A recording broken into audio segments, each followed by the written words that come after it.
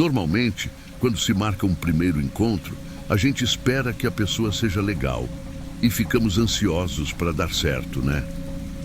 Mas e se eu te contar que nem sempre as coisas acontecem do jeito que a gente quer?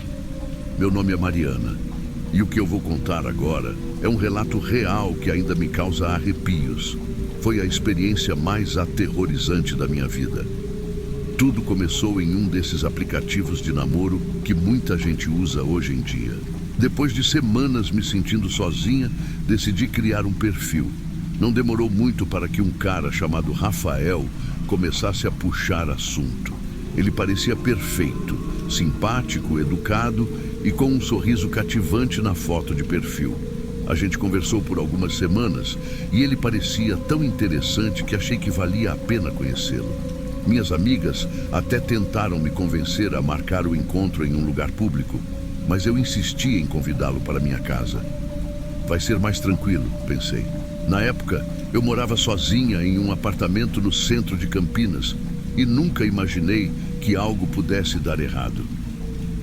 Combinei com ele uma noite de sexta-feira. Rafael chegou na hora marcada com um buquê de flores.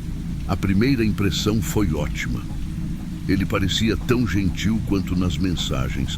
Mal sabia eu que aquele seria o começo de um pesadelo. Assim que Rafael entrou, eu percebi algo de diferente. Não sei se era o jeito como ele olhava ao redor ou os pequenos comentários que fazia. Você mora sozinha mesmo, né? Ele perguntou, com um tom que me deixou um pouco desconfortável. Mas, como sou dessas que evita julgamentos apressados, ignorei a sensação estranha. A gente começou a conversar. Ele era charmoso e parecia bem à vontade, mas conforme a conversa fluía, pequenos detalhes começaram a me incomodar. Ele fazia perguntas muito específicas sobre a casa, como se quisesse mapear tudo. Seu quarto fica ali, né? E o banheiro é esse? Tem alguma saída por lá? Eu achei estranho, mas sorri e respondi, tentando ser educada. Em um momento, meu celular tocou. Era minha amiga Clara, provavelmente checando se estava tudo bem, mas Rafael sugeriu, deixa pra lá, não vamos ser interrompidos. Sem pensar muito, coloquei o celular na cozinha e voltei para a sala. Depois de uns 40 minutos de conversa, comecei a notar outro comportamento peculiar. O celular dele vibrava sem parar, mas ele nunca olhava. Eu até brinquei. Nossa, sua família deve estar preocupada. Ele riu e respondeu, é só trabalho, nada importante. Apesar do sorriso, senti uma tensão no ar. A conversa seguiu, mas aquela sensação incômoda só aumentava. Quando ele levantou para ir ao banheiro, percebi que ele ficou alguns segundos a mais parado no corredor, olhando para a porta da frente como se estivesse estudando algo. E foi aí que comecei a perceber que talvez tivesse cometido um grande erro. Depois que Rafael voltou do banheiro, algo na sua energia parecia diferente. Ele não estava mais tentando parecer tão simpático. Sentou-se no sofá e ficou em silêncio por alguns segundos, apenas me observando. Você confia fácil nas pessoas, né, Mariana? Ele disse com um tom que parecia mais uma acusação do que uma pergunta. Aquilo me deixou desconfortável. Tentei rir e desviar o assunto, mas ele não parecia mais interessado em conversa casual. Levantou-se novamente, dessa vez caminhando até a porta.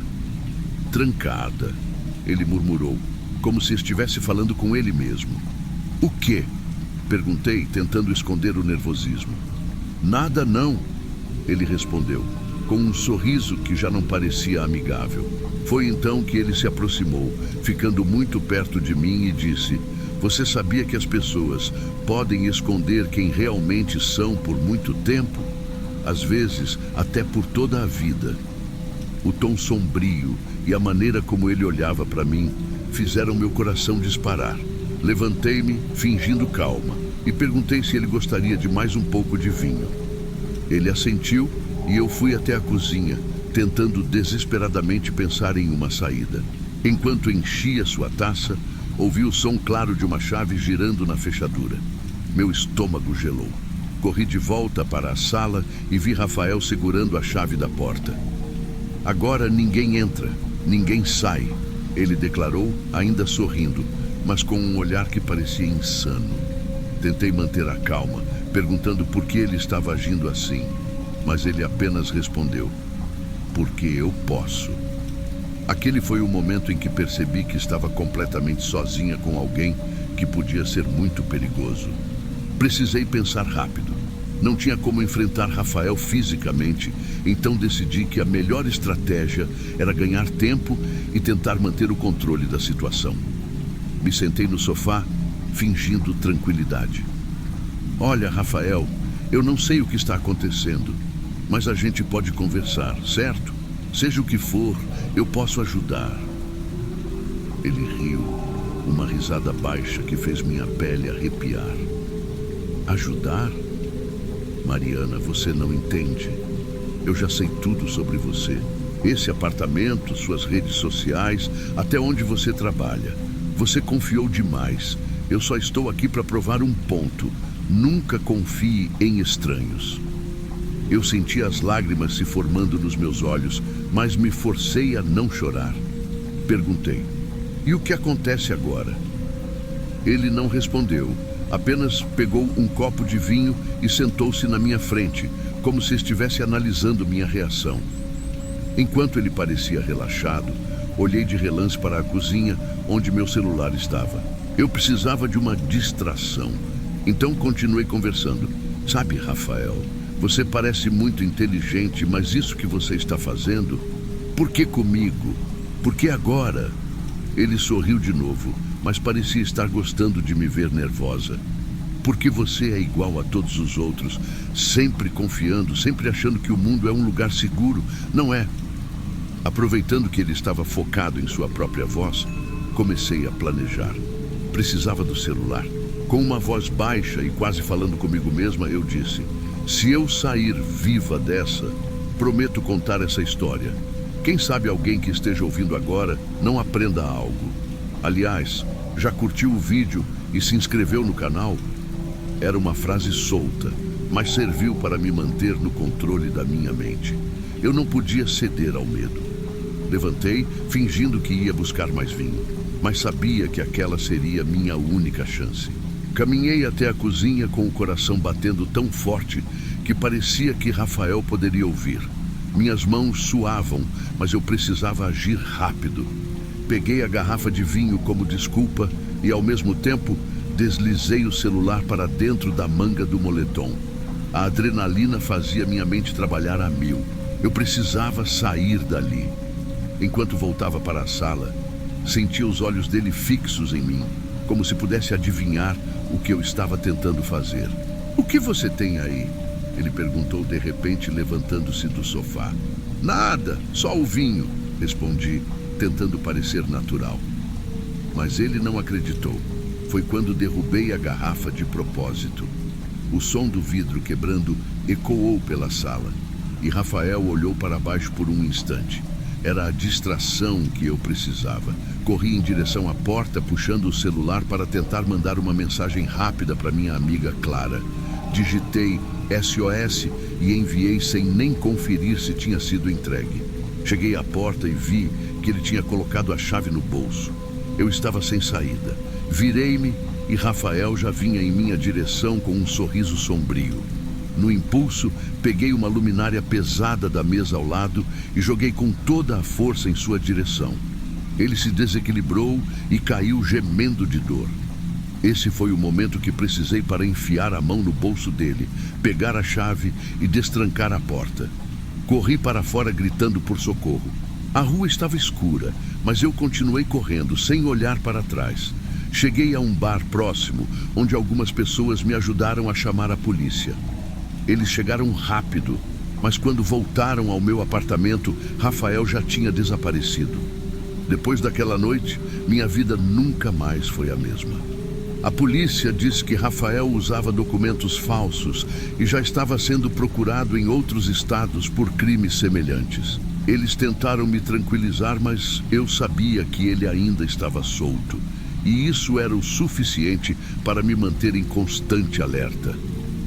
Os dias seguintes foram estranhos. Eu não conseguia dormir direito e tinha a sensação de que estava sendo observada. Minhas amigas tentavam me animar, dizendo que o pior já tinha passado, mas eu não conseguia acreditar. Sempre que ouvia passos no corredor ou um barulho inesperado, meu coração disparava. Uma semana depois, as coisas ficaram ainda mais sinistras. Encontrei um envelope em minha caixa de correio, sem remetente. Dentro dele havia apenas um bilhete escrito à mão. Gostei do nosso encontro. Até breve. Minha visão ficou turva e minhas mãos começaram a tremer. Liguei para a polícia imediatamente, mas eles disseram que não havia muito o que fazer. Desde então, vivo em constante paranoia. Coloquei trancas extras no apartamento e câmeras de segurança, mas a sensação de que ele está por perto nunca desapareceu. Então, se você chegou até aqui, aproveite para se inscrever no canal e curtir o vídeo. Histórias como essa servem para nos lembrar que o perigo pode estar onde menos esperamos. E nunca, nunca confie tão rápido em um estranho.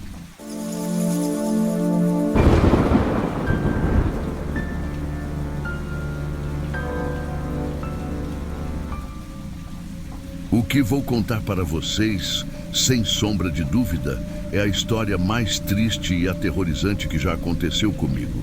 Espero que sirva de alerta para todos. Antes de mais nada, me chamo Rafael, tenho 35 anos, moro em Belo Horizonte e até pouco tempo minha vida era solitária e sem grandes acontecimentos. Isso até o dia em que eu conheci alguém em um aplicativo de namoro. Um encontro que mudou tudo. Para sempre. Sempre fui uma pessoa reservada. E depois de algumas desilusões amorosas, resolvi tentar algo novo. Instalei aquele aplicativo que todo mundo conhece, achando que seria só mais uma tentativa de conhecer alguém especial. Foi assim que encontrei Daniel, um rapaz de 28 anos, simpático, extrovertido e com aquele jeito que parecia ser de confiança. Nossas conversas começaram leves, como qualquer papo inicial. Gostos em comum, um pouco sobre nossas vidas. Mas com o passar dos dias, percebi que ele era diferente. Tinha um jeito curioso de falar sobre temas incomuns, coisas que poucas pessoas comentam. Ele parecia fascinado pelo comportamento humano, pelo que as pessoas fariam em situações extremas. Na hora, não liguei muito. Achei que era só alguém intrigante, talvez com um interesse mais filosófico. Depois de algumas semanas, Daniel sugeriu que nos encontrássemos. Disse que tinha preparado algo especial, um jantar na casa dele, onde poderíamos conversar sem as distrações de um bar ou restaurante. No início, fiquei meio receoso. Afinal, ir à casa de alguém que nunca tinha visto pessoalmente parecia arriscado. Mas ele foi tão convincente, tão atencioso nos detalhes, que acabei aceitando. Era uma noite tranquila quando peguei o carro e segui para o endereço que ele me passou. A casa ficava em uma área mais afastada da cidade, uma espécie de sítio nos arredores de Belo Horizonte. A estrada era deserta, mas isso não me assustou. Na verdade, até achei que o ambiente mais isolado daria um toque especial àquele encontro. Cheguei e fui recebido com um sorriso caloroso. Daniel estava vestido de forma simples, mas o ambiente que ele havia preparado era impressionante. A casa era grande, com uma decoração rústica e ao mesmo tempo aconchegante. Na mesa, um jantar impecável. Ele parecia ter pensado em tudo. Conversamos por um bom tempo e, aos poucos, percebi que ele gostava de conduzir o papo. Era o tipo de pessoa que te olha nos olhos e faz perguntas profundas, como se quisesse arrancar cada pensamento que você tem. Em um momento me perguntou: "Você acredita que todos têm um lado sombrio? Algo que escondem até de si mesmos?" Fiquei desconcertado, mas respondi com um sorriso nervoso, tentando mudar de assunto. Tudo parecia bem, até que ele trouxe uma garrafa de vinho para acompanharmos a sobremesa. Não sou muito de beber, mas achei que não custava nada. No primeiro gole, o gosto parecia um pouco diferente, mas não quis ser indelicado. A partir dali, tudo começou a ficar estranho. Minha visão ficou turva e as palavras dele pareciam ecoar na minha cabeça. O mundo começou a girar e a última coisa que lembro foi o som do riso dele, suave, mas perturbador. Quando abri os olhos, senti minha cabeça pesada, como se um caminhão tivesse passado por cima de mim. O ambiente estava escuro, com apenas uma luz fraca balançando no teto. Aquele jantar sofisticado tinha sumido e a mesa antes arrumada dava lugar a uma bancada cheia de ferramentas, algumas delas manchadas com algo que eu não queria identificar. Minha boca estava seca e minhas mãos amarradas com força a uma cadeira. Finalmente acordou, Rafael? A voz de Daniel soou calma, quase tranquila, como se estivéssemos no meio de uma conversa casual. Ele surgiu da escuridão, ainda usando o mesmo sorriso de antes, só que agora parecia sinistro. Tentei me mexer, mas as cordas me cortavam os pulsos. Minha garganta estava seca, mas consegui murmurar. O que é isso? O que você está fazendo? Daniel deu de ombros, como se minha pergunta não tivesse importância. Sempre quis entender o que acontece quando uma pessoa é levada ao extremo, como ela reage. Hoje, você será meu experimento.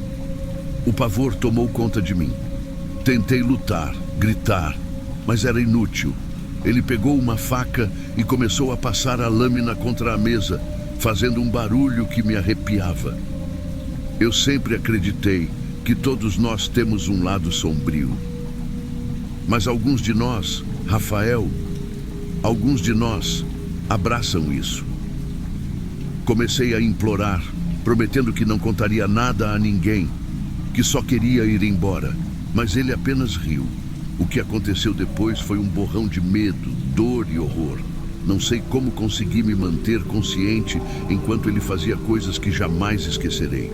Tudo o que eu conseguia pensar era: como eu vim parar aqui? Como deixei isso acontecer? Não sei quanto tempo passou até que finalmente ouvi um barulho diferente, algo que não vinha de Daniel. Era o som de passos pesados, vozes ao fundo. Minha mente estava confusa, mas percebi que algo tinha mudado. De repente, a porta foi arrombada. Um grupo de policiais entrou, apontando armas em nossa direção. Daniel tentou fugir, mas foi rapidamente imobilizado. Um dos policiais se aproximou de mim, cortando as cordas que me prendiam. Você está bem? Conseguimos chegar a tempo. Descobri mais tarde que minha vida foi salva graças a um amigo, Tiago. Ele percebeu que algo estava errado quando não respondia às mensagens no dia seguinte ao encontro. Preocupado, decidiu investigar e viu que o endereço de Daniel era suspeito, cheio de denúncias em fóruns obscuros. Ele acionou a polícia antes que fosse tarde demais. Enquanto era levado pelos policiais, Daniel olhou para mim pela última vez. Não com raiva, mas com um olhar que me arrepiou até os ossos. Nos veremos de novo, Rafael. Lembre-se disso. Fiquei em choque. Mesmo com a segurança dos policiais, aquelas palavras ficaram gravadas na minha mente. Tudo o que queria era voltar para casa, apagar aquele pesadelo da minha memória. Mas sabia que aquilo seria impossível. Depois daquela noite, minha vida nunca mais foi a mesma. Passei dias em silêncio, sem conseguir dormir direito.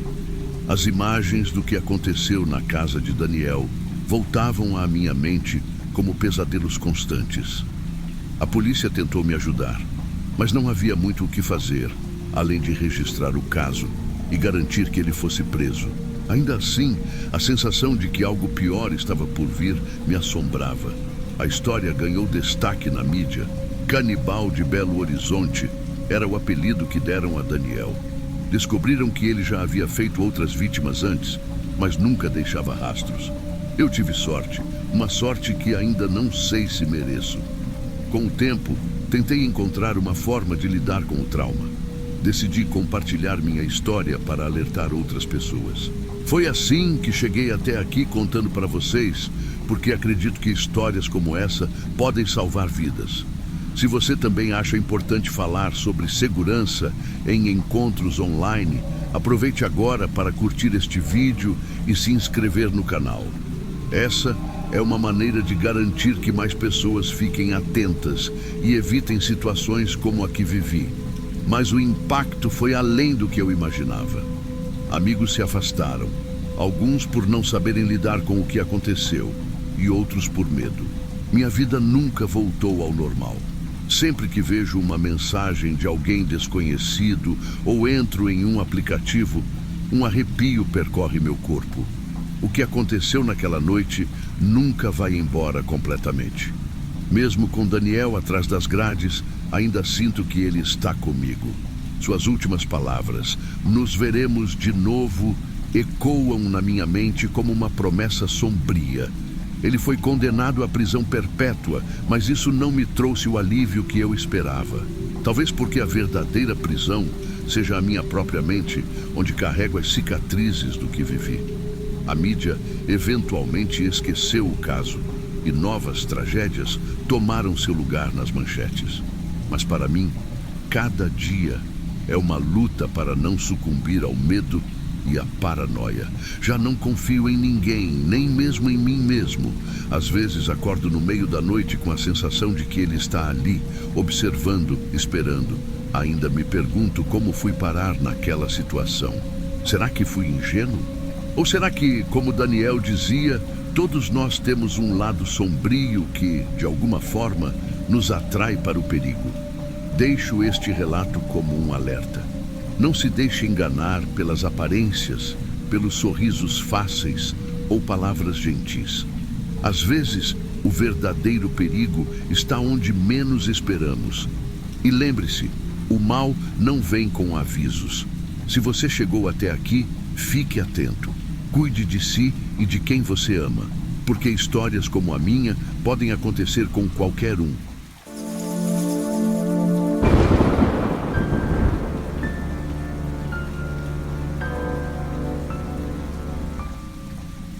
Depois do que aconteceu comigo, eu juro, não sei se algum dia vou ter coragem de me relacionar com outra pessoa.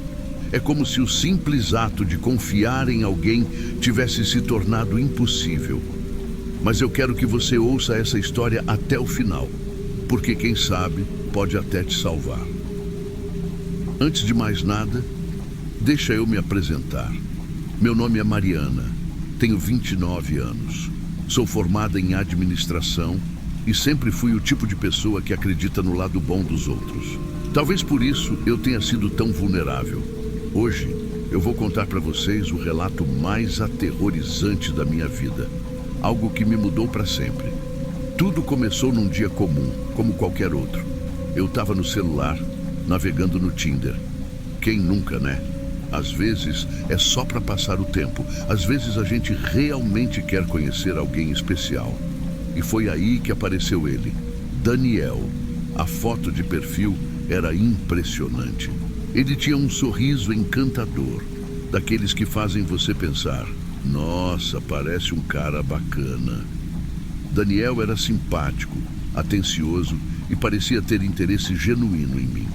Ele não era como os outros caras que mandam mensagens vazias ou começam com cantadas sem graça. Daniel sabia o que falar, sabia como me fazer sentir especial. No início, as conversas eram leves, mas aos poucos ele começou a mostrar que queria algo mais. O papo fluía tão bem que eu me via ansiosa por cada mensagem. Ele falava de um jeito que parecia ter lido minha alma. Era como se ele soubesse exatamente o que dizer para me conquistar. Só que, claro, eu não fazia ideia de quem ele realmente era. Naquele momento, Daniel era só um cara charmoso no Tinder. Mas o que eu não sabia era que ele também era um monstro escondido atrás daquele sorriso. Depois de alguns dias de conversa, Daniel finalmente sugeriu que a gente se encontrasse. Ele foi tão cuidadoso ao escolher o lugar. Vamos num restaurante tranquilo, no centro de Belo Horizonte, ele disse. Eu gostei da ideia. Era um lugar público, movimentado e me parecia seguro. Confesso que fiquei nervosa. Fazia tempo que eu não saía com alguém, mas a forma como ele falava comigo fazia eu me sentir especial. E bom, a gente nunca imagina que algo ruim vai acontecer, né? Então aceitei. Contei para minha melhor amiga Juliana que ia sair com ele.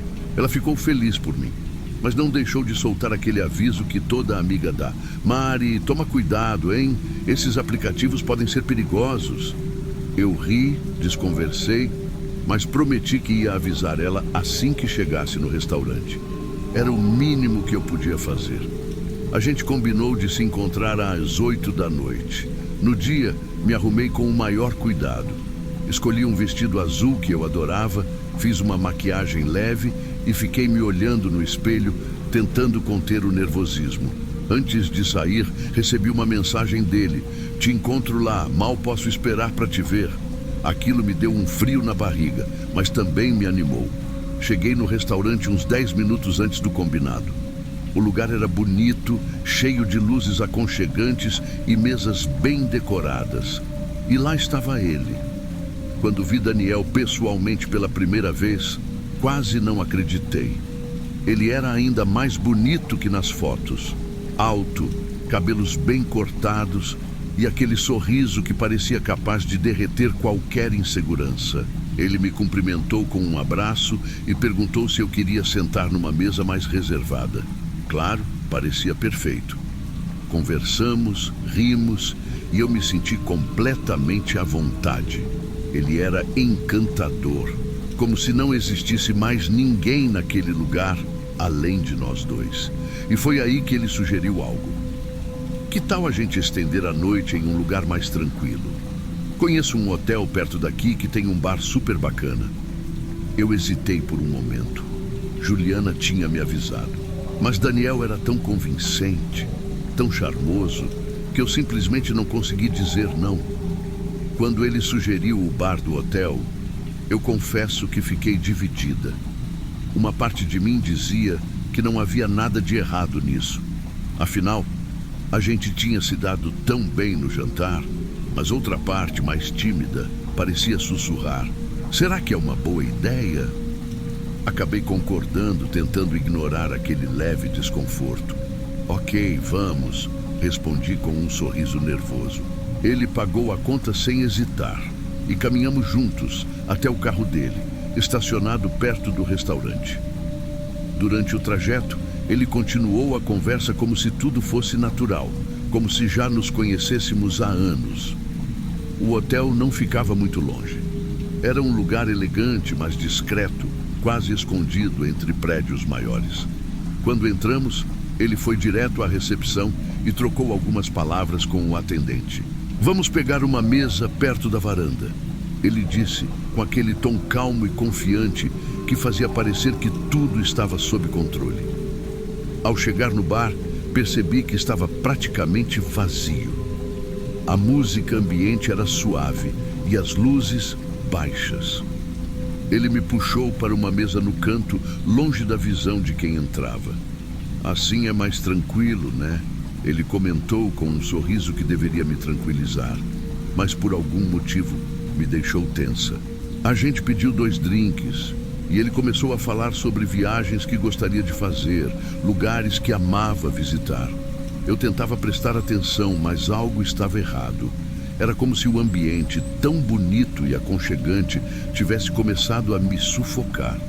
E por mais que tentasse ignorar, aquela sensação de que algo estava fora do lugar só aumentava. Você está bem? Ele perguntou de repente, inclinando-se para mais perto. Seus olhos estavam fixos nos meus e eu me forcei a sorrir. Sim, só acho que estou um pouco cansada. Menti, tentando disfarçar meu desconforto. Mas no fundo, eu sabia que o cansaço não era o problema.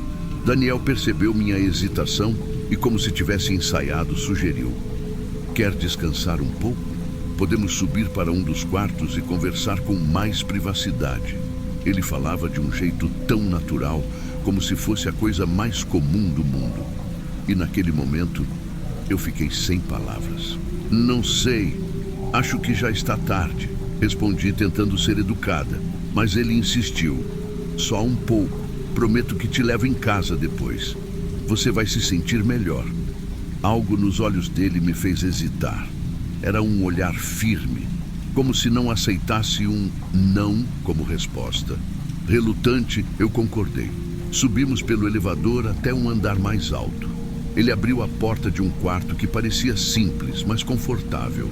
Ainda assim, havia algo estranho no ar, como se eu estivesse cruzando um limite invisível.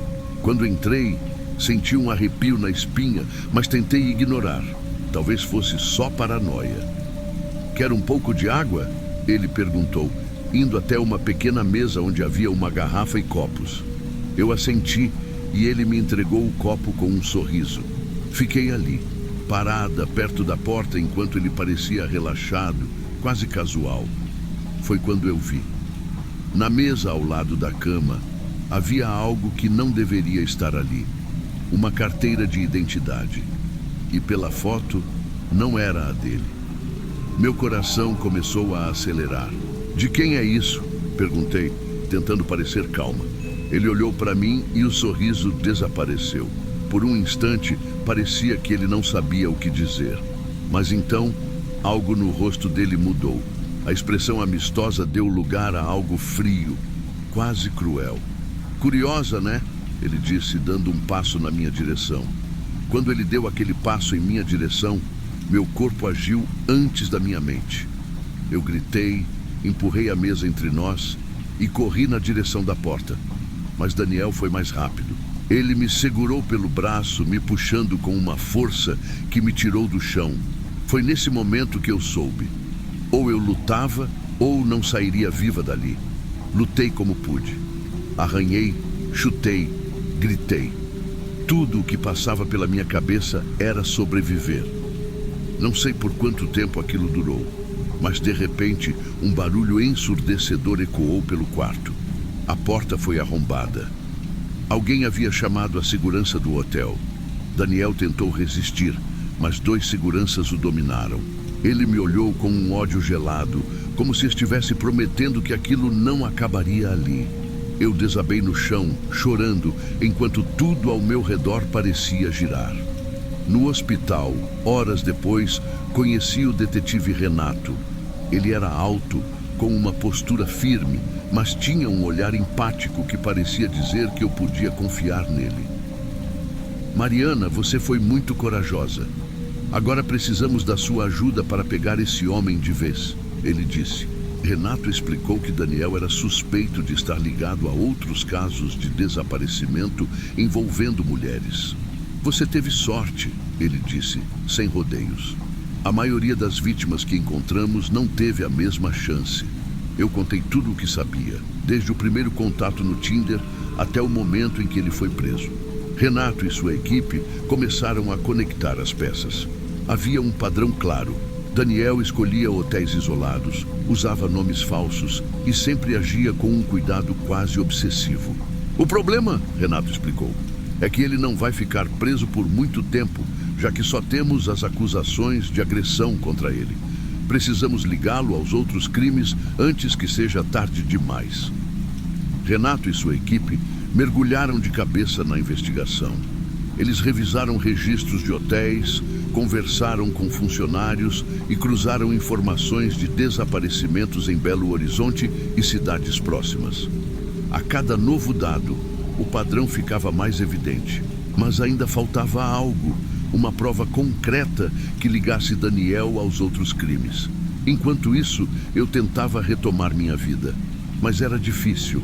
As noites eram insones e qualquer mensagem no celular me fazia pular de susto. Eu evitava sair sozinha e passei a desconfiar de todos ao meu redor. Era como se minha liberdade tivesse sido arrancada. Foi então que Renato me ligou com novidades. "Achamos algo, Mariana", ele disse. Eles tinham encontrado um quarto de hotel que Daniel havia abandonado às pressas meses antes. Dentro, descobriram pertences de várias mulheres desaparecidas, incluindo documentos e fotos. Mas havia algo mais assustador: um diário. No diário, Daniel escrevia detalhes perturbadores sobre suas vítimas, quase como se estivesse orgulhoso de seus crimes. Era mais do que Renato precisava para montar uma operação. Eles descobriram que ele estava em liberdade condicional e, apesar disso, continuava ativo no Tinder. Na sexta-feira à noite, Renato e sua equipe rastrearam um novo perfil falso de Daniel e identificaram que ele havia marcado um encontro com outra mulher. Eles seguiram os passos dele até um hotel em Contagem. A equipe cercou o local, esperando o momento certo para agir.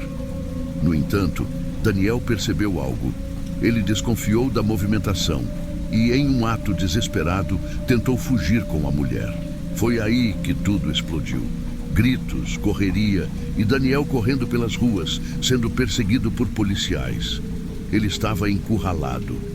Finalmente ele se viu sem saída em um beco escuro, cercado, mas ainda com aquele olhar frio, ele não parecia assustado. Pelo contrário, era como se tivesse planejado aquilo o tempo todo. No beco, o silêncio era cortado apenas pelo som das sirenes distantes. Daniel estava ensanguentado, encostado na parede, segurando uma faca improvisada que havia tirado de algum lugar. Apesar de estar cercado por policiais armados, ele tinha aquele mesmo sorriso perturbador que eu jamais esqueceria. Renato foi o primeiro a falar. Daniel, acabou. Larga essa faca e se entregue. Não tem para onde correr. A voz dele era firme, mas calma, tentando evitar qualquer confronto direto. Daniel, no entanto, parecia se divertir com aquilo. Acabou, ele respondeu com uma risada amarga. Vocês realmente acham que conseguiram me parar? O tempo parecia congelado enquanto Renato tentava se aproximar. Daniel, é o fim. Se você continuar, só vai piorar sua situação. Mas Daniel não cedeu. Ele deu um passo à frente, a faca apontada, desafiando os policiais. Foi então que Renato agiu. Em um movimento rápido e preciso, ele derrubou a faca de Daniel e o imobilizou, com a ajuda dos outros policiais. Daniel foi algemado, mas não parou de sorrir. Vocês acham que isso termina comigo? Ele sussurrou. Sempre haverá outro como eu. Enquanto era levado para o carro da polícia, eu senti um alívio misturado com um frio na espinha. Daniel estava preso, mas suas palavras ainda ecoavam na minha cabeça. Nos dias que se seguiram, a história foi amplamente divulgada. Mais mulheres apareceram para relatar encontros com perfis que se encaixavam no modus operandi de Daniel. Renato foi a público alertar sobre os perigos do uso descuidado de aplicativos de namoro. Quanto a mim, eu ainda luto para superar o trauma. Mas, se essa história servir para alertar outras mulheres e impedir que passem pelo que eu passei, então contar tudo isso terá valido a pena. Nunca ignore seus instintos. Eles podem ser a diferença entre a vida e a morte.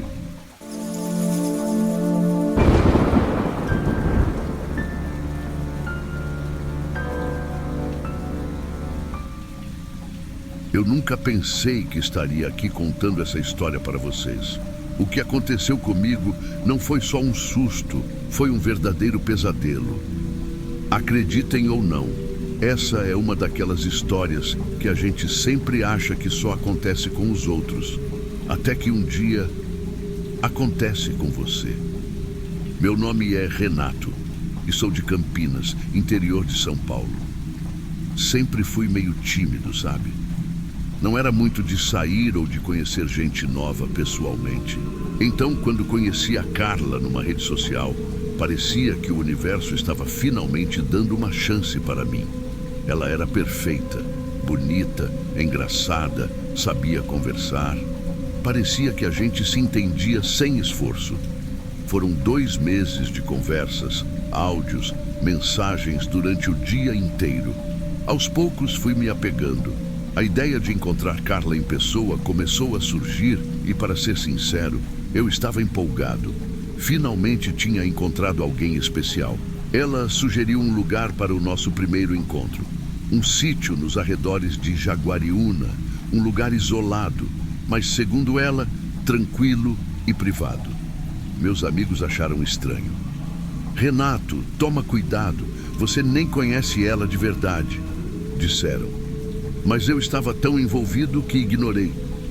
Quem nunca ignorou os conselhos certos por estar cego por uma emoção, né? Quando chegou o dia, eu estava nervoso, mas ansioso. Peguei o carro e segui o GPS até o endereço. A estrada era cheia de curvas e passava por umas áreas mais afastadas da cidade. A cada quilômetro que eu dirigia, o nervosismo crescia. Algo não parecia certo, mas eu não queria desistir. Afinal, eu tinha que arriscar. Cheguei ao local. Uma cabana simples, com as janelas fechadas e nenhuma luz acesa. O silêncio ao redor era quase ensurdecedor. Olhei no celular e lá estava uma mensagem dela. Entra, já estou a caminho. A partir daí as coisas começaram a ficar estranhas. A cabana era velha, com tábuas soltas no chão e um cheiro de madeira úmida. Apesar de estar ansioso para ver Carla, havia algo no ambiente que me deixava inquieto. Parecia que o lugar tinha sido abandonado há muito tempo. Mas, mais uma vez, eu me convenci de que estava exagerando. Ela só deve estar atrasada, pensei, enquanto olhava o relógio. Resolvi entrar e esperar, como ela tinha pedido. Dentro da cabana, tudo era ainda mais estranho. A mobília parecia ter décadas de uso, com marcas de desgaste e poeira cobrindo quase tudo. Mas o que realmente chamou minha atenção foi um caderno jogado em cima de uma mesa no canto. Curioso, abri o caderno. As páginas estavam preenchidas com nomes e datas, escritos com uma caligrafia firme, quase agressiva. Alguns nomes estavam riscados, enquanto outros pareciam ter uma marca de algo molhado, como se alguém tivesse chorado ao escrevê-los. Senti um calafrio percorrer minha espinha. Peguei o celular para mandar uma mensagem, perguntando onde ela estava. Para minha surpresa, não havia sinal. Andei pela cabana, levantando o aparelho em busca de um ponto onde pudesse conectar, mas nada funcionava. Agora, a ansiedade começou a se transformar em algo mais próximo do medo. Foi quando ouvi o som de passos. Não vinham de fora, mas de dentro da cabana. Meu coração disparou. Carla, é você? Perguntei, tentando parecer calmo. Nenhuma resposta. Apenas o som dos passos, cada vez mais perto. Os passos pararam de repente, mas o silêncio era ainda mais aterrorizante. Eu estava no meio da sala, sozinho, com o caderno ainda na mão, e minha respiração parecia o som mais alto do mundo. Tentei me convencer de que era Carla chegando de surpresa para me assustar. Não pode ser outra coisa, pensei. Foi então que ele apareceu. Um homem alto, de cabelo raspado, usando uma jaqueta preta surrada. Ele estava parado no vão da porta, apenas me observando. Não era Carla. Não era ninguém que eu esperava. Meu coração parecia que ia explodir. Quem é você? Perguntei com a voz tremendo. Ele não respondeu imediatamente. Em vez disso, deu alguns passos para dentro, com calma, como se estivesse no controle de tudo. Quando finalmente falou, sua voz era fria e calculada. Você deve ser Renato. Eu sou Marcos. Ou talvez você me conheça como Carla. Meu sangue gelou. O quê? Isso é algum tipo de brincadeira? Perguntei, já sabendo a resposta. Ele riu, uma risada baixa, carregada de desprezo. Você caiu direitinho, disse ele. Vocês sempre caem. Marcos começou a andar ao meu redor, como um predador cercando a presa. Ele contou com um orgulho quase doentio como criava perfis falsos para atrair pessoas vulneráveis. É incrível como vocês confiam em tudo o que veem na internet, zombou. Eu estava apavorado, mas tentei manter a calma. Enquanto ele falava, olhei ao redor em busca de alguma forma de escapar. Foi então que notei algo no chão. Um alçapão, quase imperceptível, no canto da sala. Fiz de tudo para não demonstrar que o havia visto. Por que está fazendo isso comigo? Eu nunca fiz nada contra você, disse tentando ganhar tempo. Ele deu de ombros. Você foi só mais um nome na minha lista. Marcos se aproximou, e eu sabia que era agora ou nunca. Empurrei a mesa que estava entre nós com toda a força e corri para o alçapão. Abri a porta com dificuldade e me joguei para dentro, caindo em um porão escuro e frio. No porão, tudo era ainda mais assustador. A luz que entrava pela abertura do alçapão mal iluminava o lugar. Eu tropeçava em caixas e objetos espalhados pelo chão, tentando encontrar uma saída. Marcos estava logo atrás. Ouvi o som de sua risada ecoando pelo buraco. "Não adianta correr, Renato. Aqui ninguém vai te ouvir." Minhas mãos tremiam enquanto procurava por qualquer coisa que pudesse usar como arma. Encontrei um pedaço de ferro enferrujado e o segurei firme. Tentei me acalmar. "Você consegue sair daqui, Renato. É só manter a cabeça no lugar." Os passos dele começaram a descer. Ele estava vindo. Foi então que ouvi algo inesperado. Outra voz, mais grossa, vindo do lado de fora do alçapão. "Marcos, o que você está fazendo? Não era para matar ele aqui!" Gritou um homem que parecia tão assustador quanto Marcos. "Fica quieto, Rodrigo!" respondeu Marcos irritado. "Eu cuido disso do meu jeito." Rodrigo entrou no porão, segurando uma lanterna que iluminou o ambiente. Foi então que percebi que a confusão entre os dois era a única chance que eu tinha. Aproveitei o momento em que discutiam e saí de onde estava escondido. Passei correndo entre eles, usando o ferro para derrubar a lanterna. Os gritos deles ecoaram atrás de mim enquanto eu subia de volta para a cabana. Mas assim que cheguei ao lado de fora, percebi que não tinha para onde ir. Estava machucado, sem celular e no meio de uma área isolada. Com o pouco de força que ainda me restava, comecei a correr para dentro da floresta. Minha respiração estava descontrolada e tudo ao meu redor parecia me engolir. Enquanto corria, a escuridão parecia mais viva e o medo de ser pego me fazia ir além do limite. Foi aí que lembrei das pessoas que poderiam ouvir minha história. Respirei fundo e pensei em uma coisa. Se um dia eu sair vivo disso, preciso contar para todo mundo o que aconteceu. Então aproveita e se inscreve no canal e curte o vídeo, porque você não quer perder histórias reais como essa. Eu continuei correndo, mas sabia que não estava seguro. Eles nunca me encontraram, nem a polícia, nem meus amigos, nem mesmo os meus pais. Meu corpo, quero dizer. O que sobrou de mim foi apenas essa história, espalhada em rumores e suposições. Uma história que assombra aqueles que ousam confiar demais em quem está do outro lado da tela. Rodrigo e Marcos saíram impunes, pelo menos por enquanto. A polícia encontrou a cabana dias depois, mas tudo estava limpo. Nenhum sinal de luta, nenhum vestígio de sangue. A única coisa que restou foi aquele caderno na mesa, com os nomes riscados. E o meu nome estava lá, riscado também.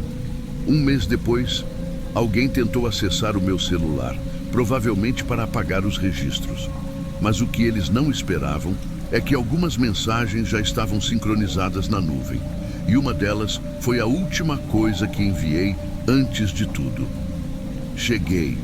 Espero que você também esteja perto. Essa foi a única pista que restou, mas, mesmo assim, insuficiente. Hoje, fico aqui observando. Sim, observando. O que sou agora, eu não sei, mas tenho consciência do que aconteceu e do que está acontecendo. Eu vejo o que eles fazem, como continuam usando o perfil da Carla. Continuam atraindo vítimas, como fizeram comigo. A cada "Oi, tudo bem?" enviado, outra vida pode ser destruída. Mas não pense que eu estou apenas assistindo. Não, de jeito nenhum. Eu jurei que não deixaria isso acontecer de novo. E se você recebeu essa mensagem agora, talvez seja porque eu estou tentando avisar você. Não confie em tudo que parece perfeito. O perfil ainda está ativo, mandando mensagens, conquistando a confiança de mais pessoas. E talvez a próxima mensagem seja para você. "Oi, posso te conhecer melhor?"